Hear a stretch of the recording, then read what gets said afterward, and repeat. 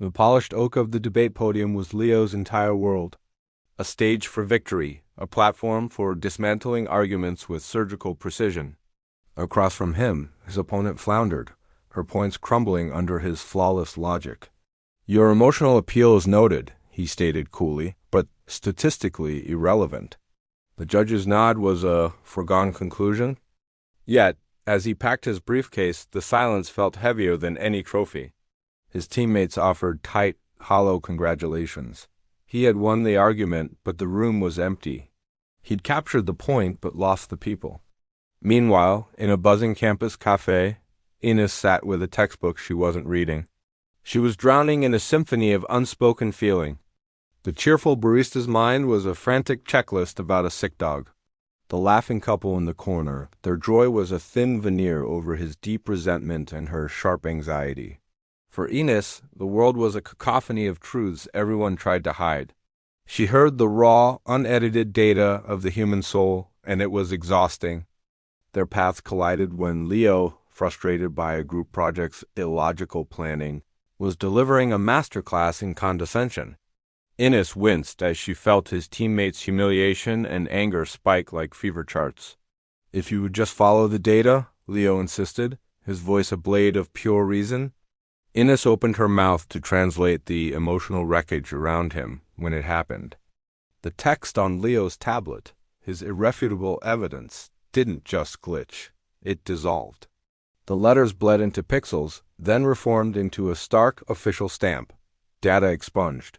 A student's social media feed did the same. The digital menu board behind the counter flickered, its items wiped, replaced by the same chilling phrase. Across the cafe, on every screen, the curated realities, the arguments, the news feeds, everything was being systematically erased. Panic, so pure and collective that even Ines couldn't distinguish individual threads, flooded the room. The operating system of their reality had crashed.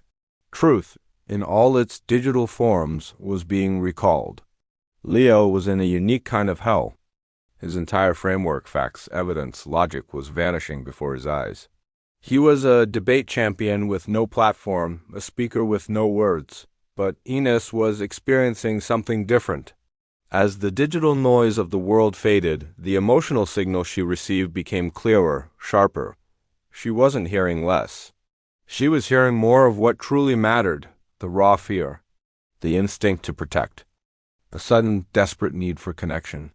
She turned to Leo, who was staring blankly at his voided tablet. "They're not confused," she said softly, her voice cutting through his panic. "They're terrified. Your facts didn't disappear, Leo. The container for them did. But this," she said, gesturing to the people huddled together, "this is the data that's left. Listen to it." For the first time, Leo looked past the broken screens and into the faces of the people. He saw the fear Ines described and realized his logic was useless here. He took a breath, not to speak, but to finally truly listen. In that silence, a new kind of logic began to emerge, one based on a more profound truth. This is where our own reflection begins. We live in a world constantly refreshing its feed, updating its arguments, and broadcasting its curated truths. We arm ourselves with data points to win the day, just like Leo, but what is the real cost of that victory? Leadership isn't about speaking from a podium of certainty. It's about having the courage to step into the messy, terrifying spaces between people and truly listen. It's about hearing the unspoken fears and unarticulated hopes that no screen can ever display. Before you refresh your argument, refresh your empathy. Before you search for another fact, seek to understand the human behind the opposing view. The most powerful reboot doesn't require a cosmic intervention. It starts with the quiet, deliberate choice to listen. So let me ask you, when was the last time you listened instead of refreshing? This story was from Mythos and Metric Studios. Thanks for watching, and if you enjoyed it, please subscribe for more cool stories.